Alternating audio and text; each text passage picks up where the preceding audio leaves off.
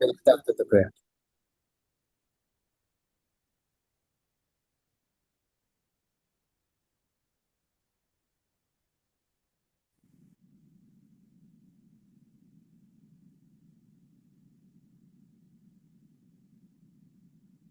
Om.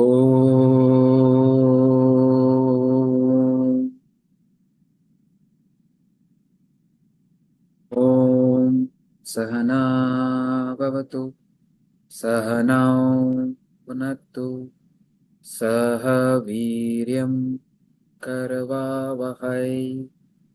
Tejasvinavadhitamastu mavid Vishavahai.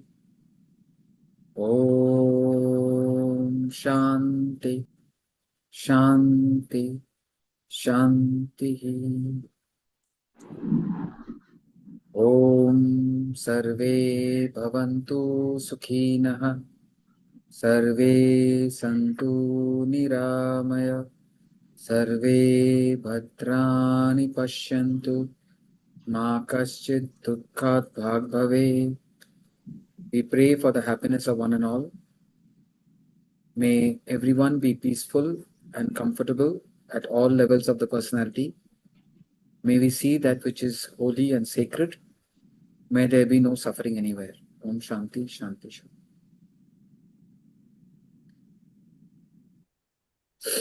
Shanti. Does anybody have any question?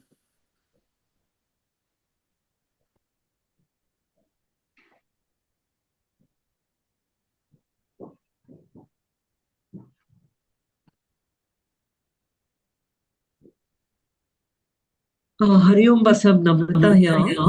Yes. I had one question, not necessarily relating to the last class, but a generic question about when we talk about the three states of consciousness, the waking, dream, and deep sleep states of consciousness. Yeah. And we all have read that there's a fourth state of consciousness, which is an unconditioned state of consciousness. Because in that state, one is not conscious of anything, therefore, it is unconditioned. That's the way I understood it. My question was that in the deep sleep state as well, we are as such not conscious of anything. So, is the deep sleep state also a state of unconditioned consciousness? That was my question. No. Good question. Since this arises to everyone, we will delve with it in detail when the topic comes up. But just to give you an idea, we are saying that life is everyone's life. Everyone's life is a cycle of these three states of consciousness: waking, dream, deep sleep. Right now we are awake. We are experiencing the waking world. When we go to dream, we experience the dream world, which could be totally different from the waking world. In the dream world, I may be a rich person, a tennis player. In the waking world, I can be a poor student. So there are totally different worlds. And then there is the deep sleep world, which is a state of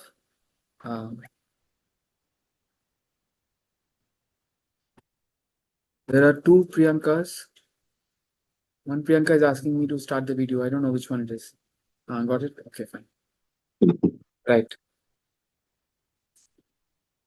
Deep sleep state is an experience of nothingness. Now, the scripture is saying the state of enlightenment is fourth state, Turiya, and that is considered to be the state of pure, unconditioned God consciousness. We don't have an access to that, but enlightened people have gone to the fourth state, Turiya. Turiya itself means fourth. We are caught up in the waking, dream, deep sleep, and these are said to be conditioned consciousness. Condition means we are always aware of awareness, knowing, consciousness. They are all synonyms. They mean the same. We are aware of something. We are conscious of something. You've given the example. If I were to ask you, are you conscious? Let's say half the class says, yes, I'm conscious. Then I'll ask you, are you conscious what's happening in the room next to me? You will say, no, sir. Then again, I ask, are you conscious? You say, no, sir. So are you not conscious of what's happening in front of you? So you cannot answer the question, are you conscious, unless you ask, of what, sir? So all our consciousness is of something. Therefore, we say it's conditioned consciousness. Whereas when you are enlightened, it's a state of unconditioned consciousness. Pure consciousness means there is no conditioning as well. That is considered to be objectless awareness, objectless consciousness. You're conscious without any object. Now, in deep sleep, there is an absence of all objects, but it is not absence of experience. You are experiencing nothingness. That nothingness is actually ignorance. Since temporarily the thoughts are unmanifest, we experience a peace of bliss. So enlightenment is a state of knowledge where there is pure consciousness. It is not even an experience of nothingness. Here in deep sleep is an expression of ignorance. Your pure consciousness is functioning through the causal body or the vasanas. Therefore, it's nothingness. Out of that, I think in the Bible it is there. Out of God created the world out of nothing. Right? So that nothingness technically is called non-apprehension. The self is considered apprehension. Apprehension means understanding of Brahman. Apprehension means understanding of the reality. Non-apprehension means non-understanding. So in deep sleep is a state of ignorance. From that nothingness, you are aware of nothing, but that nothing is something. So now enlightened state we cannot conceive. It's just pure consciousness. It's an ocean of bliss. Rather than trying to explain it, we must try to reach it.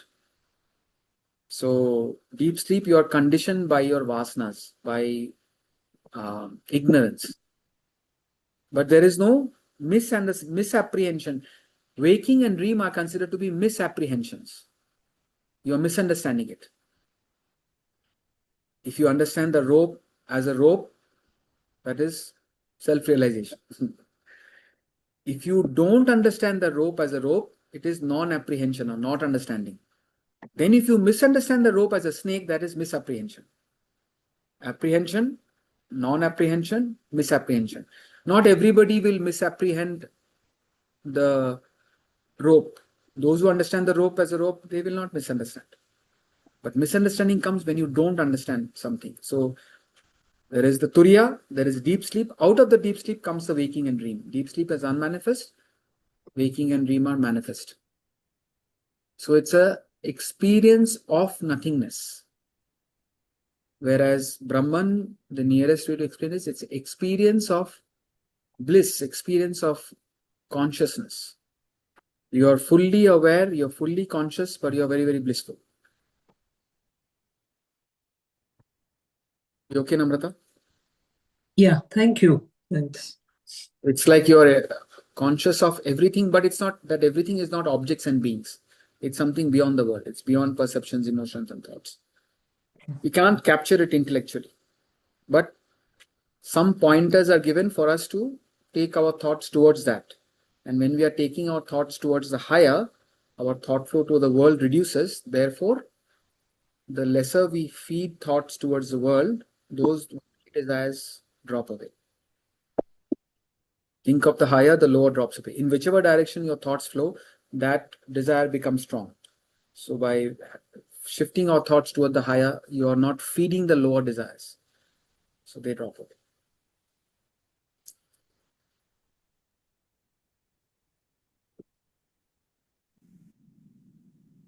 We chant verse 36 where Arjuna is asking a question.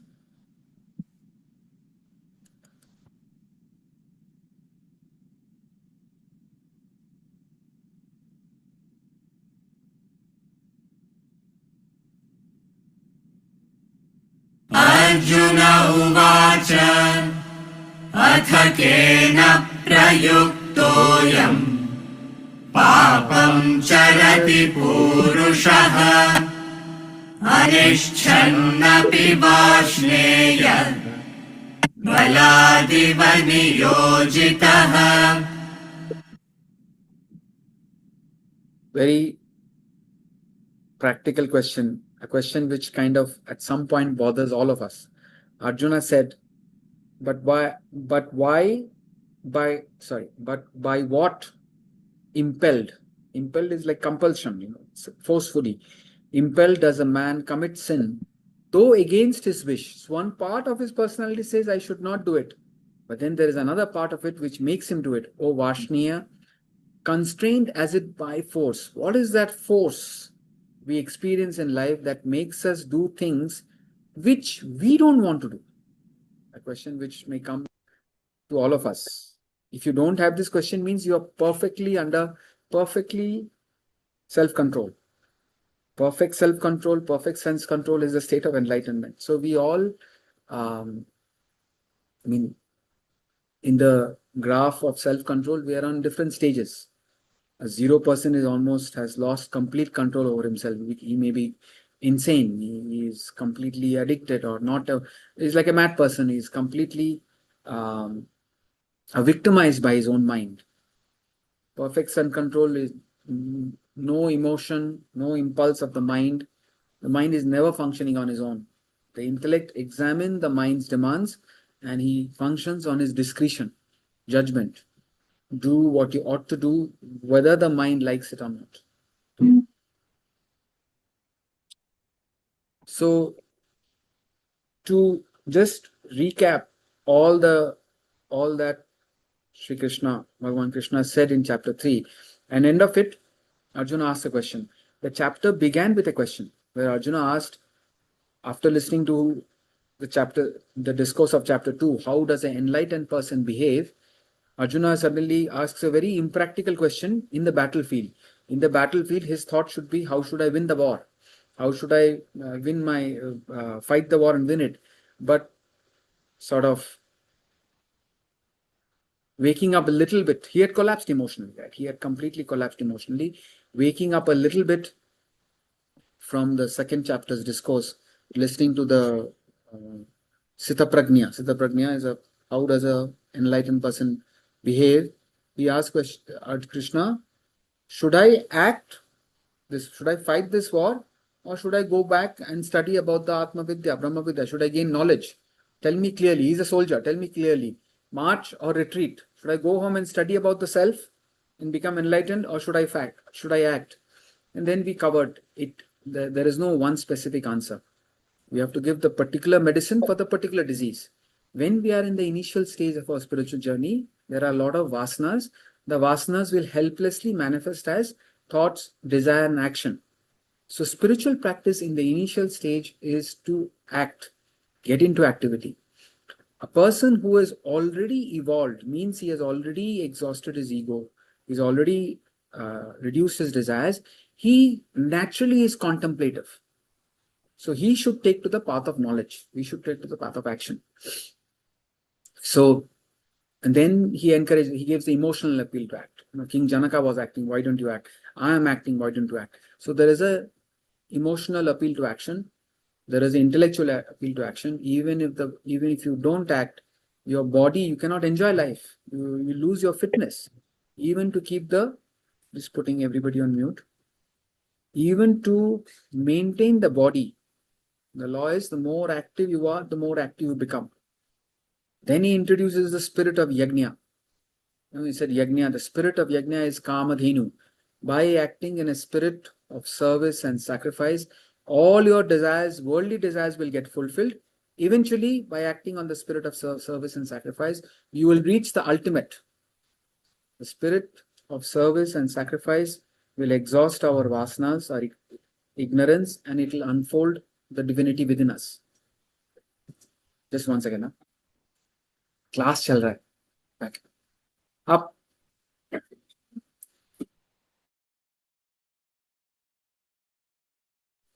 So, by acting in a spirit of service and sacrifice, not only your lower desires will get exhausted, the divinity will unfold yourself. Therefore, get on to a spirit of service and sacrifice. Act in a spirit of surrender. Start acting. Be attitude-wise, be sacrificial. Remember the divine. And in the 30th verse, he gives the formula for perfect action. Perfect action should generate energy and enthusiasm and prevent the dissipation.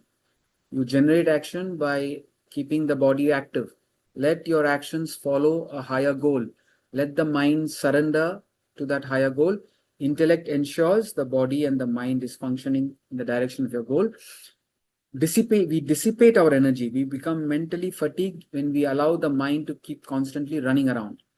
The mind is running around, it's brooding about the dead past, and it is worried and anxious about the unborn future.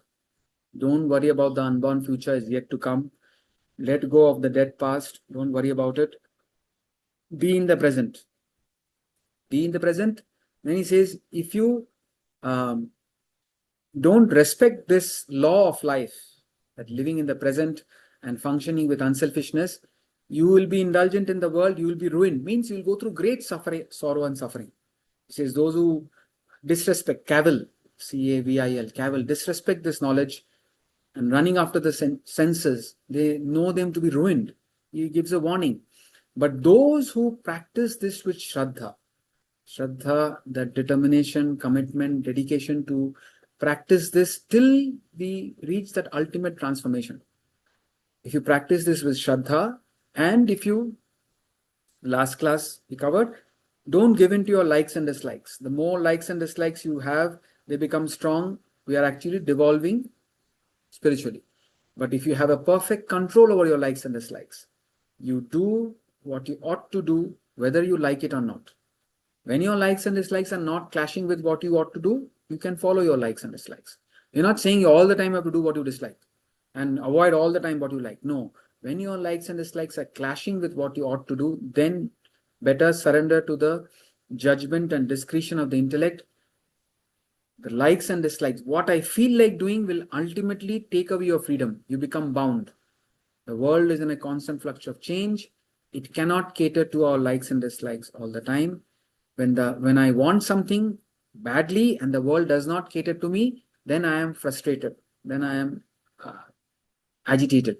But when I function with control over my likes and dislikes, when the world changes, I have the skill to adapt and adjust. I'm flexible. So following the likes and dislikes, we become rigid. We become frustrated because the world cannot cater to my likes and dislikes all the time. But if I function with my intellectual discretion, I do what I ought to do, whether I like it or not. I carefully follow my likes and dislikes. The personality becomes flexible. You're able to adjust and adapt to the changing world. Thereafter, nothing can disturb you. But if you're rigid, we get agitated. By having a control of our likes and dislikes, we are evolving spiritually. And also, we gave the point from the 18th chapter. I think I put that doodle in the group yesterday. What we really like, what is like nectar, turns out to be poison. What I don't like to do, what is unpleasant, what is difficult, what has a get up in the morning and study Vedanta, exercising, eating salads and vegetables, eating the right type of food, all the good things in life, which will give us tremendous benefit, are difficult only in the beginning. If we just go through the discipline of doing the right things at the right time, we go through the discipline of doing the right. So education, in other words, great men like Swami Vivekananda, many have said education is trying to get the mind appreciate what is right in life. Right now in ignorance, the mind is choosing that 4-lane road to end up in the field where you don't have a destination where to go. Last class I gave the example. You're driving 4-lane road, you take it, but ultimately you reach a field, nowhere to go. But if you take the difficult path, the path of discipline, the path of the right habits, your discipline, it's not that you won't have fun, but you do it in the right way.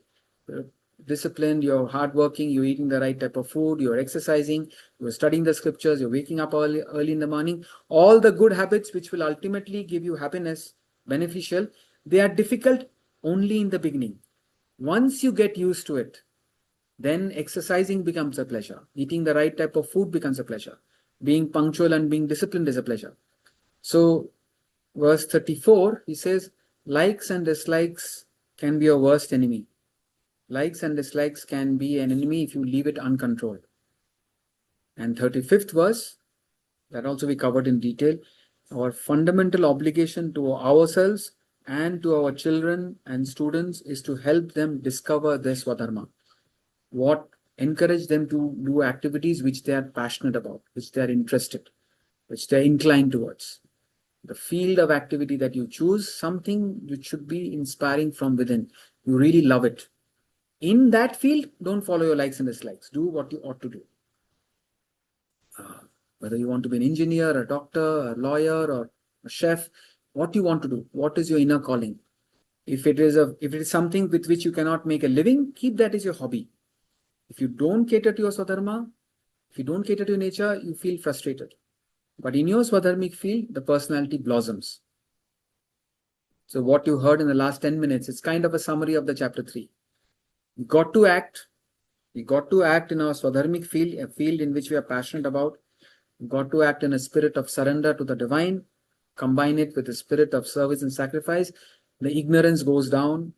Your agitations goes down. You are going closer to the self. Be in the present. Learn from the past, little bit. Little bit means little time. You don't have to think of the past all the time. A little bit time you learn from the past. You give sufficient time for the planning the future, but most of the time be in the present, acting. After listening to all this, Arjuna says, "Sir, I have a question." What is the question? Anybody has a question? Achana, you are just copying me. Anybody has a question, or are you mimicking Arjuna? If you have a question, time to ask, speak is now. Arjuna said, Krishna, all that is great, but I want to follow all this, but there is something in me which makes me do things which I don't want to do. This is the story of all of us, right?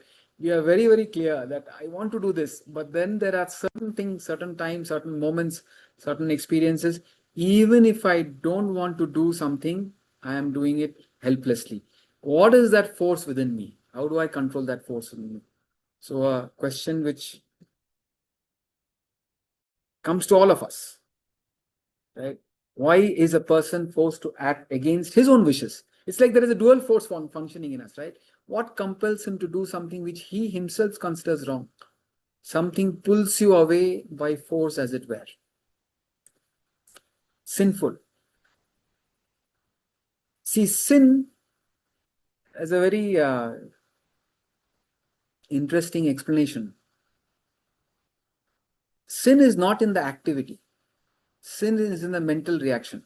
See, you have to approach sin in a very, very different way. You have your own idea that if I do this is sinful, you follow it. I'm not disturbing that. But here, understand sin as a different thing altogether. The concept of sin, very, very carefully make a note of it, because a lot of questions come on it. Because of the way Swamiji has dealt with it. He has dealt with it in a particular way. Sin per se means mental agitations, disturbance. Opposite of sin is a state of peace and bliss. You can't be doing wrong things and be happy. So that's why if you do the wrong things, you are agitated, that is sinful. But the concept of sin is given for our evolution. If you, according to your values, according to your thoughts, if you consider something as incorrect for you, wrong for you, and if you do it and the action rebounds back as a sin, then rebounds back as a regret. I should not have done it. Or remorse, I should not have done it. Or agitation. Then it is sinful for you. So it is given. Avoid activities which are mentally agitating in the long run, according to you. Anyway, we'll cover more when we go down and go further. Means what I'm saying is I'll confuse you later. Let me not confuse you now. Okay, verse 37. What is the answer?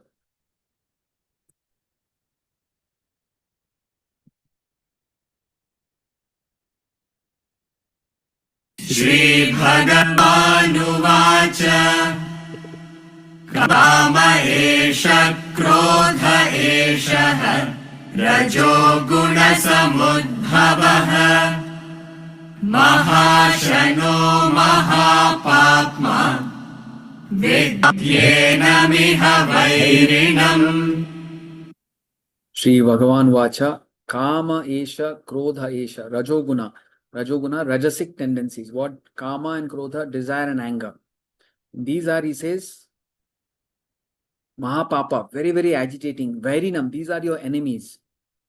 There is no enemy in the external world. The real enemy is here in the mind. If the mind is impure, if the mind has certain qualities. Sri Krishna, the Blessed Lord, said, it is desire. So he's directly answering Arjuna's question. What is that force that takes you away? Desire. Desire is the mind. It is anger, born of the quality of rajas.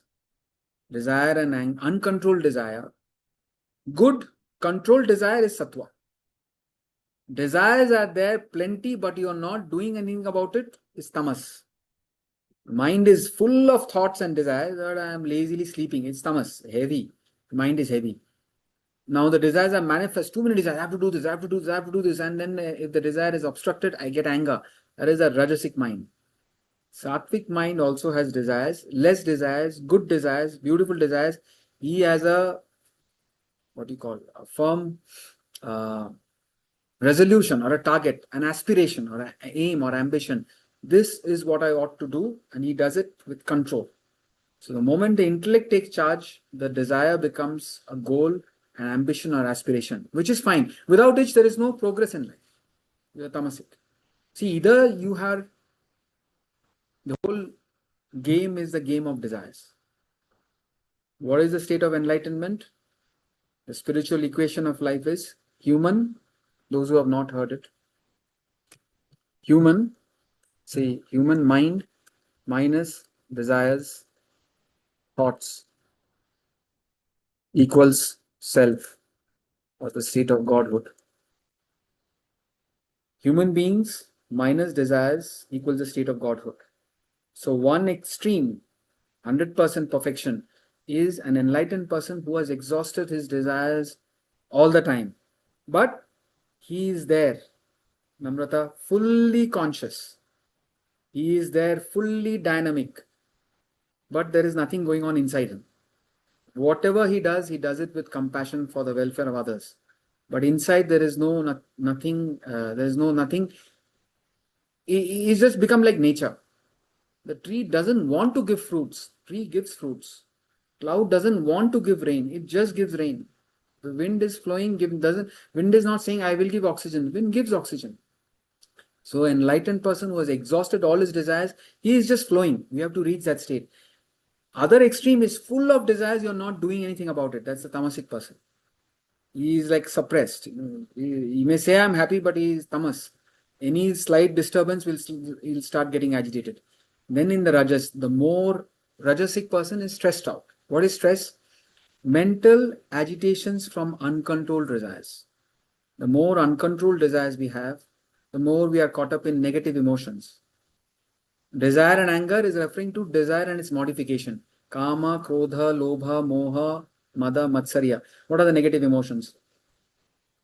Those who want to study it carefully, you can do verse 62 and 63 of chapter 2. When desire is fulfilled, but desire is not controlled, we get into greed. When desire is fulfilled, there is a fear of losing. Desire is there and desire is obstructed, we get anger. Get very, very angry. Why? Because somebody has obstructed your desire. The desire may be good or bad, but if it's uncontrolled, if the desire is obstructed, we get anger. If greed is fulfilled, then we get into jealousy, envy, etc. Now, all these emotions, particularly left uncontrolled, creates a lot of emotional turmoil, creates a lot of stress. Stress comes from negative emotions. Stress comes from too many desires chasing us all the time. When this is the mind, how much ever you want to live the right type of life, this rajasic tendencies makes you do things which you don't want to do. So now, how did we gain all this rajas? By our unintelligent behavior. So this is one of the very, very simple, complete topics in Vedanta. You understand Sattva, Rajas, Tamas. You will be in any situation, you have to just ask yourself, am I being tamasic? Am I being rajasic? Am I being sattvic? State of enlightenment is 100% sattva. Guna atitha. All human beings, without exception, whether it's American or Chinese, doesn't matter what religion you belong to, all human mind is made up of sattva, rajas, tamas. And what is told to us is sattva plus rajas plus tamas equals 100. The proportion of sattva plus rajas plus tamas for all of us equals 100. But then why are we all different? We are all different because of the different proportion of the three gunas. Some person is 60% tamasic, 30% rajasic, 10% sattvic. Some people are 80% sattvic, 15% rajasic, 5% tamasic. Some are, let's say, 33, 33, 33. 1/3 they are sleeping, 1/3 they are acting, 1/3 they are like a saint. So the different, now there could be, you calculate how many proportion could be. 8 billion human beings, there are 8 billion proportions. The different proportions of the three gunas accounts for the heterogeneous variety of human beings. What is spiritual growth? What is being a better human being? Wherever there is tamas, get into rajas, control the rajas and become sattva. If somehow, by God's grace or by your own effort, you have reached 100% sattva, you have reached enlightenment. So, within one class, if you just understand what is tamas, what is rajas and what is sattva, and you move from tamas to rajas to sattva, from inaction to action with agitation to action without agitation. Hardly, very rarely people are able to conceive that you can be dynamic Monday to Friday, free of stress, and then take a vacation. Everybody is stressed out Monday to Friday, then they take a vacation. We look forward to Friday evenings. He says, no, you got to, spiritual life starts when you start looking forward to Monday life. You are happy to act. And you're able to act, you have the skill to act without getting stressed out. You're dynamic without agitation. That is sattva. So sattva is difficult to conceive. In today's world, either people are in tamasic, they're not doing anything, or they're caught up in burnout, worry, anxiety, stressed out. Very rarely are people who are super successful, super brilliant, and at the same time inner peace, calm and composed. And it's not difficult. You have to visualize, at least theoretically visualize it, and then you have to practically live it. And the Bhagavad Gita,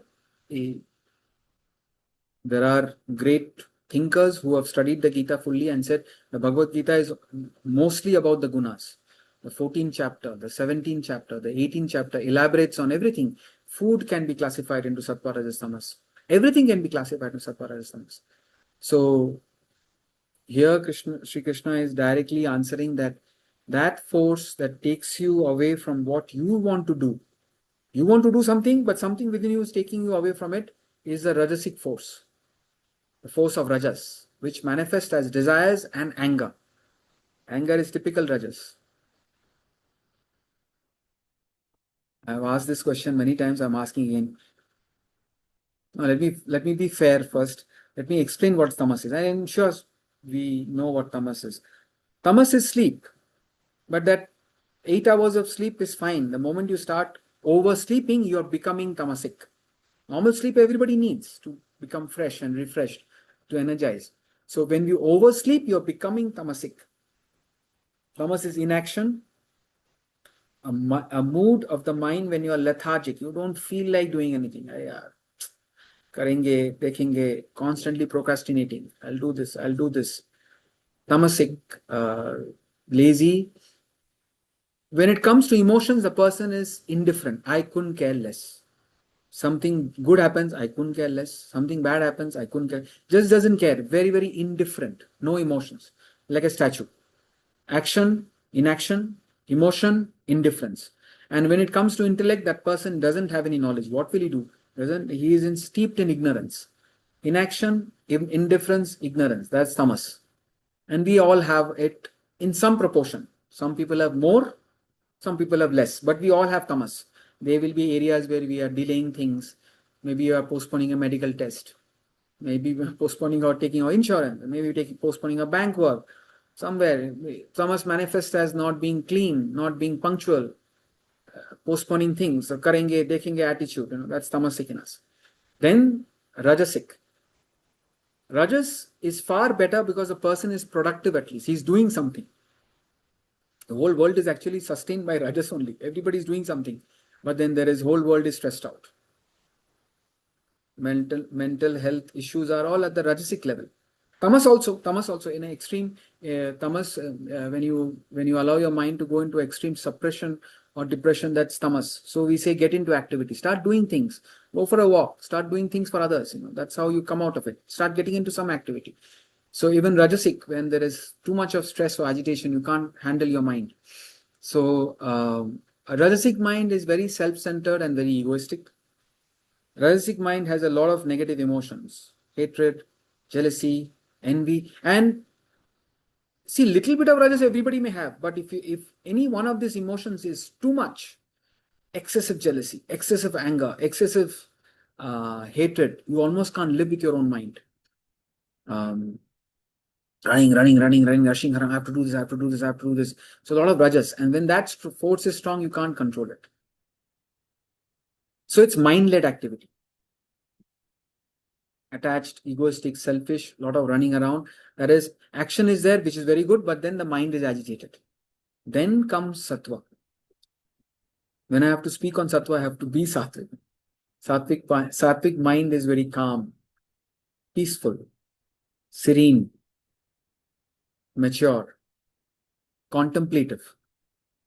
But now you may slowly think, oh, that means he's sitting and not doing anything. No, body is in dynamic action. The body is doing what it's supposed to do, but the mind is calm. So at least theoretically you have to visualize it. There is a problem, there is a challenge. And what is, when a problem and challenge comes, what happens? We get stressed out. Are what has happened? Have you solved the problem? If stress had solved all the problems, if stress was the solution to problems, there will be no problem in the world because everybody is stressed out. No. So what I'm trying to say now is realize the absurdity of getting stressed out. Stress is a condition of the mind which is agitated. Problem is there, you're getting agitated, you have created double problem. You have to see this madness. So what is that? What solves problem? Action. And the action, visualize it. You can do action when you are calm, happy, and inspired. Stress will help only when there is laziness. If you are in tamas, rajas is better. But don't get caught up in rajas. When a person is not doing anything, a little bit of stress helps. I say, read the Bhagavad Gita. We may take our own sweet time. But if I say, read the Bhagavad Gita in 2 weeks' time, suddenly there is a pressure. Oh my God, two weeks. There is rajas. Sattva is you take your initiative, you are functioning at your best from within. You will not waste time. At the same time, you will not overwork yourself, not burn out. You will do exactly what needs to be done without a pressure from outside. There is an initiative from within. Rajas is functioning with incentive. Somebody holds a carrot. You do this, you will get that. So you're inspired to do it.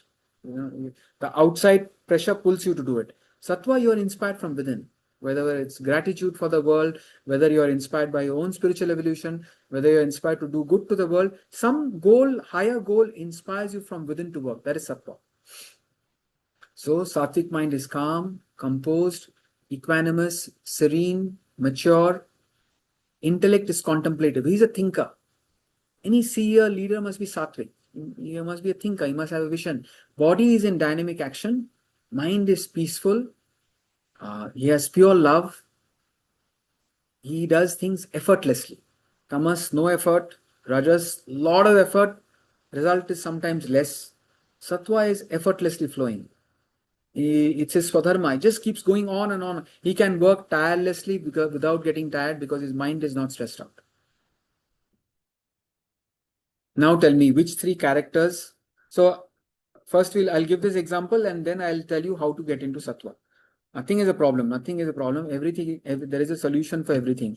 Always remember that metaphor. We are all waves. We have come out of Brahman. Brahman is the ocean of bliss. No wave can permanently remain out without merging back into the ocean. Our manufacturer is Supreme God. We are not defective products. In between, we are delaying things by becoming rajasic and tamasic. There is a solution for everything. So don't have to worry, oh, I am so tamasic, oh, I am so rajasic. Don't have to worry. There is a solution. It may take time. And the time factor, one of the beautiful verses of the Gita is, I think, verse 37. Just now, maybe today only we'll cover it. He gives a beautiful metaphor of how much time it takes to conquer tamas, how much time it takes to conquer rajas, how much time it takes to conquer sattva. But first, before that, who are the 3 brothers who depict tamas, rajas and sattva? Those who have heard it, don't try first. Give others a chance. Ramayana. I hope the wrong answer comes first, then I can show off my knowledge. Who are the three brothers?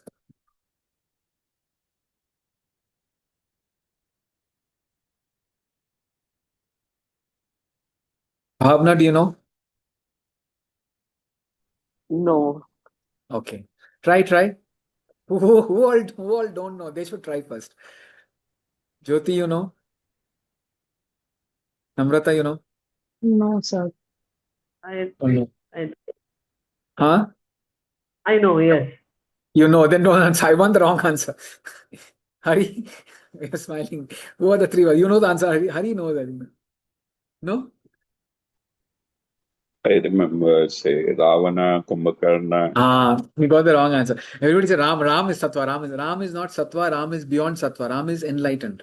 He is the self. Rama. Okay. The three brothers were clearly depicted. Of course, everybody has Sattva Rajas Tamas. There's no exception. But the three brothers are Kumbhakarna sleeps for 6 months, so he's the embodiment of Tamas. Ravana was lust and anger and krodh. He was the embodiment of Rajas. And Vibhishana was the embodiment of Sattva. When you are Sattva, you go to the self. So you go to Rama. Ramayana is so beautiful. Just a little bit, I'm allowed to indulge a little bit. So Ramayana. See, Sita represents the individuality. As long as Sita ji's focus was on the self, as long as we are focused on our true self, whether you're in the palace of Ayodhya, let's say 7-star luxury, or overnight, they didn't even have. I don't think they had a time to prepare. Evening, they said that next morning is you're going to be crowned the king, and overnight, the drama happened, and Rama was sent to the forest without any preparation. There's like one night's preparation, something very, very fast. And Sita ji and Lakshman said, "We are coming with you. No, we are not listening to you." Now imagine those were here in Naukachia house. One night you're in the 5-star luxury. Next morning you're in the forest. But Sita ji's happiness did not waver because her focus was on the self, Rama. As long as she was focused on the self, outer luxuries or difficulties did not matter. But the moment she saw the golden deer represents the attractive sense objects of the world.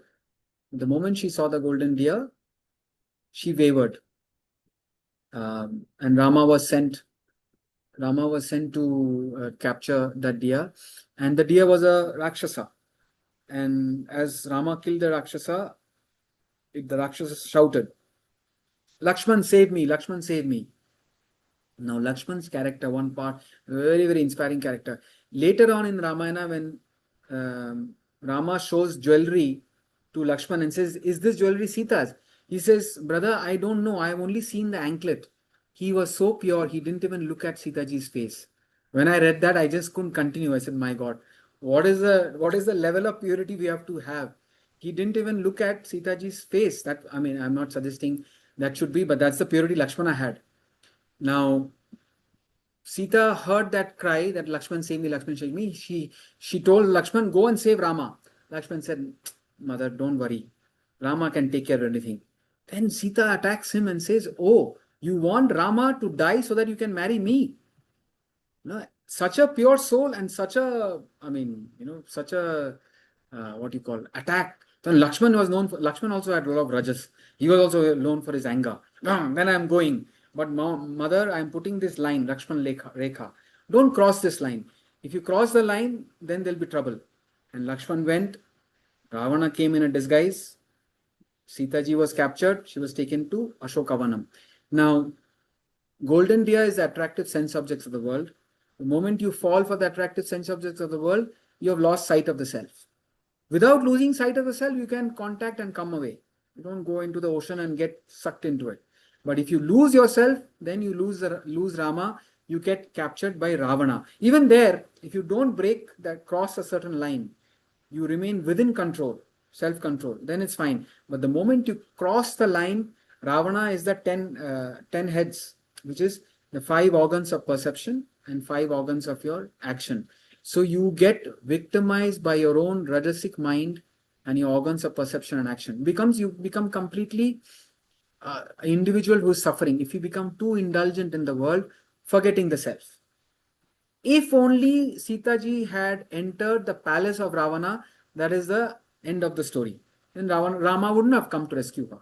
But she refuses to enter the palace and she stays in Ashoka Vanam. Shoka means grief. Ashoka means no grief. Vanam or Vatika, Ashoka Vatika or Ashoka Vanam means garden of no sorrow. So you stay away from worldly indulgence. And she was sitting there and thinking of Rama. You think of higher values. This will be covered in the last verse of chapter 3, verse 43, where he says, what is the formula to evolve spiritually? Stay away from your negative indulgences in the world. If it's very negative, completely stay away. If it is not adharmic, stay away so that you don't get lost in it. And contemplate upon Rama, then Hanuman will come. Hanuman is the faith and confidence you gain when you're doing your sadhana properly. Something tells you you're in that right zone. Something tells you, okay, I'm on the right path. And then eventually Rama comes. Now, anybody knows why didn't Ravana force Sita into the palace? He wanted her to come in. He didn't pick her up and take her inside. Because he had when I was hearing, I don't remember where I heard it. It's not in our books when I heard it. The narrator was saying, Ravana had a curse. And he said, Ravana had a curse. Let all men in this world have the curse. I'm like, what is this curse?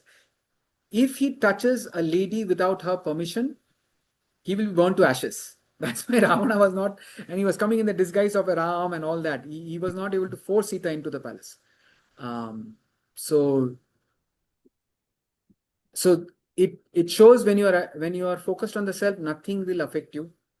And then when you lose focus of the self, you pursue the golden deer and you cross the self-control, you will be captured by Ravana.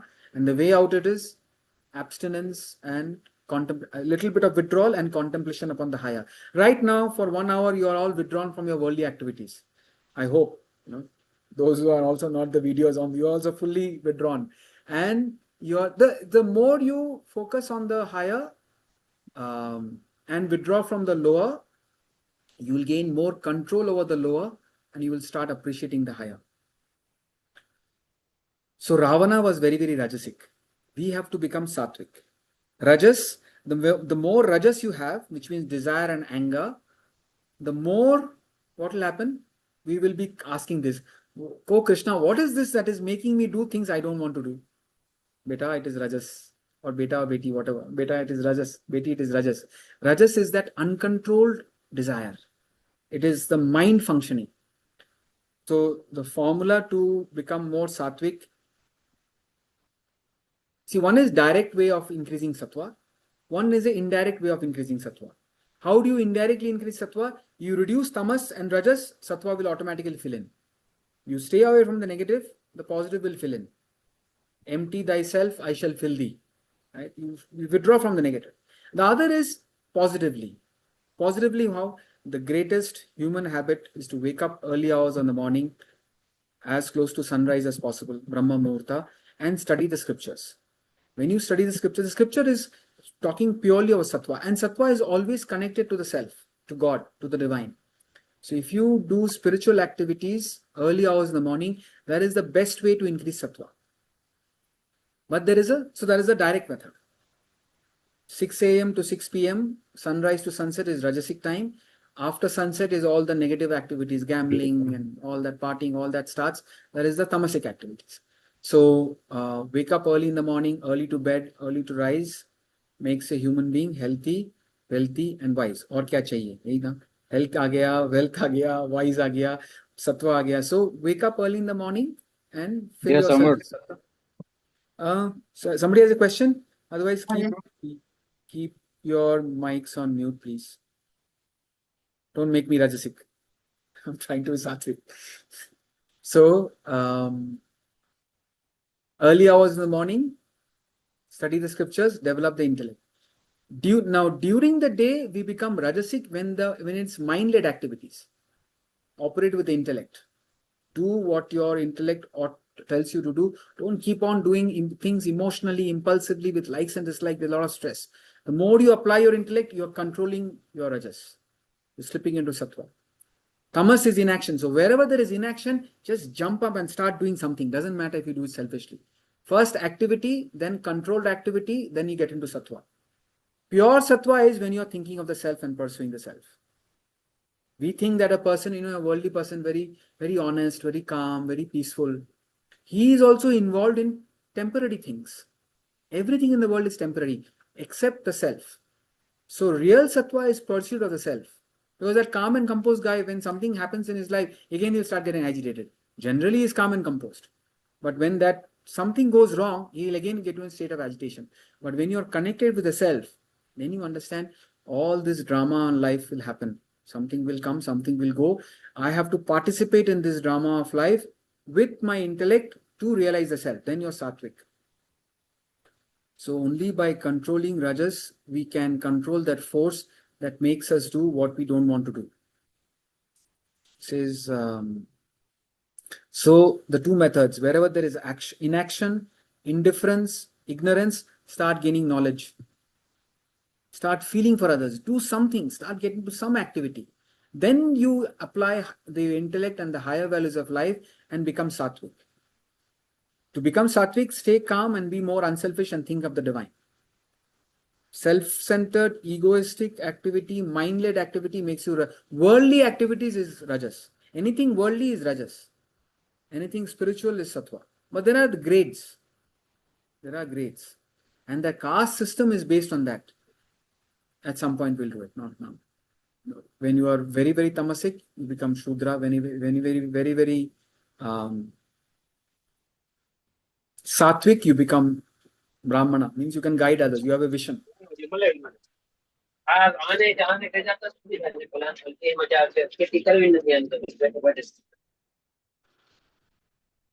What was that? Please make sure your mics are on mute.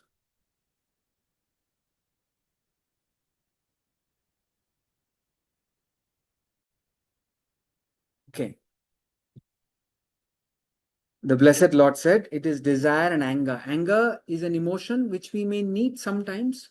Don't lose your temper, but you may sometimes need to use your temper. Again, use it for the welfare of others. In an emergency, lose your temper, doesn't matter. But even there, you have to stay calm and do what needs to be done. So when you are losing your temper, best thing is to, what is recommended is remove yourself from that situation, allow the mind some time to settle down, then think clearly and do what you want to do. You may draft the email, don't send it. You may draft the SMS, but don't send it. If you send it, khatam. Khatam means you will regret later. So all this is all devouring. Mahashana, a very, very powerful word. Mahashana, all devouring. It will finish you off, burn out. Mahasinful, lot of agitations. Rajasic person is a typical person, workaholic, burnout. These are all Rajasic people. How much is enough when is enough? How much will you run? Is a Rajasic person is caught up in worldly activities. Yes, it's important to be progressive, important to be earning wealth, but how much? When you chase things endlessly, you slip into Rajas. When you chase things in the right proportion, this much and no more, that's sattva. You know where to draw the line. Okay, I'll give 12 hours to work. I don't know, 10 hours to work, 8 hours to work, 14 hours to work. You decide and they say, then within that, I will live my life. Otherwise, your relationship goes for a toss, health goes for a toss, everything goes. What is this work-life balance? Too much of rajas or too much of tamas. Sattva is the work-life balance. My health is important, my family is important, my hobbies are important.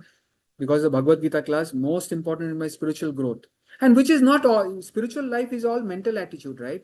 In the office, I can be very tamasic, I don't do anything. In the office, I can be very rajasic, all the time chasing like a mad person, going around here and there. In the office, I can be the most productive, yet most sattvic. That's how you have to visualize it.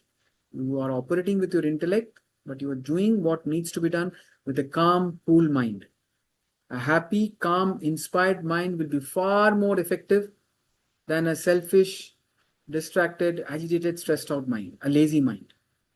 We want sattva. Mind is calm, intellect alert, body is doing work unselfishly. That's karma yoga. So by controlling rajas, by having higher goal, by being unselfish, by developing the intellect, we'll be able to control that force which makes us do things which we don't want to do. Okay, I'm glad that we are doing verse 38.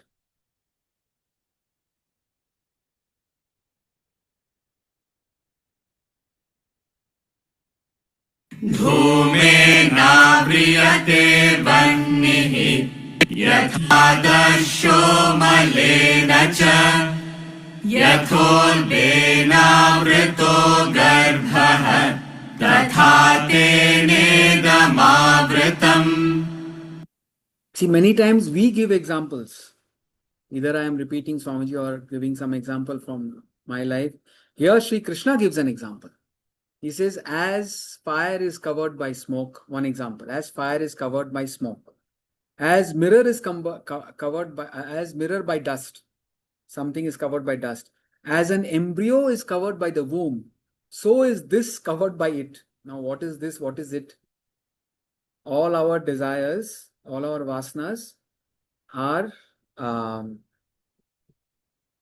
human minus desires equals the self, right? So the self in us, the pure divine entity in us, God in us, is covered by desires.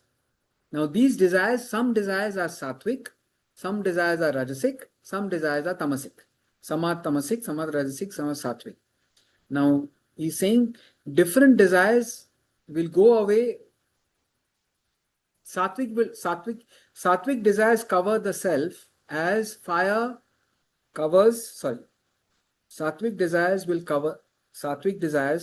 cover the self as smoke covers fire. You see a lot of smoke, you don't see the fire. The smoke is covering the fire. How will you remove the smoke? You just blow it. You just blow the smoke, you see the fire, right? So sattvic desires are the highest category of desire. Desire to become a better human being. Desire, mumukshatva, the desire for wanting liberation, yearning for liberation is sattvic desire. Desire to serve the master. Desire to learn the scriptures. Desire to practice the higher values of life. So, when traditionally, no tradition is there. When a student used to go to the master, he would shave all his head, but he'll keep a little bit of small tuft of hair, right? Hair represents desires, and so beautifully compared, no? Hair keeps on growing and there are countless. That's our state. Lot of desires and they keep on growing. So when you go to the master, you're not giving up all your desires. You give up, temporarily you give up the worldly desires and you keep a small tuft. That small tuft is desire to serve the master, desire to learn the scriptures, desire to practice the scriptures, desire for self-realization, desire to become a better human being. If you give up all desires, means you no desire, no action, right? So you for the time being, you keep rest of the desires aside. Even in class, temporarily you keep everything aside and you come here to learn the scriptures, to develop a better desires, to become a better human being. Those who don't know that tough, they will say, no, this is an antenna to connect to God. Not an antenna to connect to God. They represent desires. How will sattvic desires go? Effortlessly. Like you blow the smoke, you see the fire. How will rajasic desires goes? And the last verse he talks about rajas. Rajasic desires cover the self as dust covers the mirror. Suppose there is a mirror and for months and months the mirror has not been wiped. So there is a thick coating of dust. You can't blow it away. If it's a little bit of dust, 1 or 2 days ka dust, you can blow it away. But let's say 5 years it's not been wiped. There's a thick coating of dust. You have to put in effort. So to overcome rajas, you got to put in consistent effort. But with effort, you will be able to control rajas. Sattva will go effortlessly. Rajas requires effort. But tamas is the world champion. Tamas doesn't go easily. He says, I'm repeating the story which, this is, story means what? Sri Krishna is saying. A businessman comes to his wife. No, it can't be other way around. Huh? This has to be a businessman comes to his wife. And the wife is expecting. She is expecting, what is that? She's going to deliver a baby. Now the doctors have said, now the science is so precise, they will say 27th March or 4th April. They're so, medical technology has improved so much. The doctors have said 4th April, whatever. However, the manner of delivery, the baby will be born on 4th April. Husband comes home very stressed out on 15th of March. He comes to his wife and says, "Darling, I have one request. You've been such a good wife to me. Whatever I ask you, give me. Can you just do me one favor to me?" And his wife says, "Yeah, tell me. You tell me, no, I'll do it." I had a meeting with my chartered accountant. He says, "If our baby is born before 31st of March, I will save 5 lakhs in tax. If it is the other way around, 5 lakhs gone." Arey, 5 lakhs we can do. Okay, 50 lakhs. One car will come. Wife will say, yeah, I'll do it. How much ever the mother wants, tries, you have to go through that 9 months. That is tamas. Again, I'm saying the example is given by Krishna. As fire is covered by smoke, sattvic desires cover the self. It will go away effortlessly. As mirror is covered by dust, that is rajasic desire. It requires a lot of effort. As embryo is covered by womb, it is just not the mother's effort. You have to give that divine time, 9 months. So tamasic desires takes a time to go. A person who is steeped in tamas, if he is a family member, we got to be sympathetic. We have to keep pushing them, but don't get frustrated because it's not easy to deal with tamas. So that's how you relate to others. You be sympathetic. They can't suddenly change. Even rajas, you can't suddenly change, but with effort you can change. Now, when it comes to your own tamas, you have to have patience and perseverance. If you stop trying, you will become more tamasic. But just because you're trying doesn't mean you will suddenly overcome tamas. You have to fight a long battle. It's a marathon. You have to keep on pushing, get into rajas, control your rajas to get into sattva. And if you're 100% sattva, you will reach enlightenment. You will reach the end of the class. So tamas, get into activity, control the activity with your intellect and higher values. Unselfishness, divine will make you sattvic. Ultimate sattva will take you to enlightenment. So sattva, we don't have to worry about it. Rajas, lot of effort. Tamas, time and effort. Okay. Anybody has any question?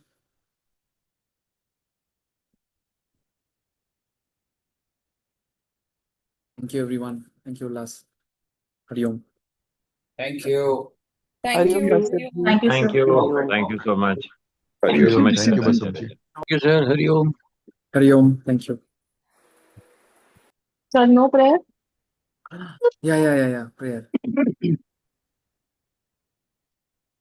Om Purnamada Purnamidam Purnat Purnamudachyate Purnasya Purnamadaya Purnameva Vashishyate. Om Shanti. Thank you. Thank you, sir. Who said no prayer? I said. Jyoti. Thank you, Jyoti. Hari Om. Thank you. Hari Om.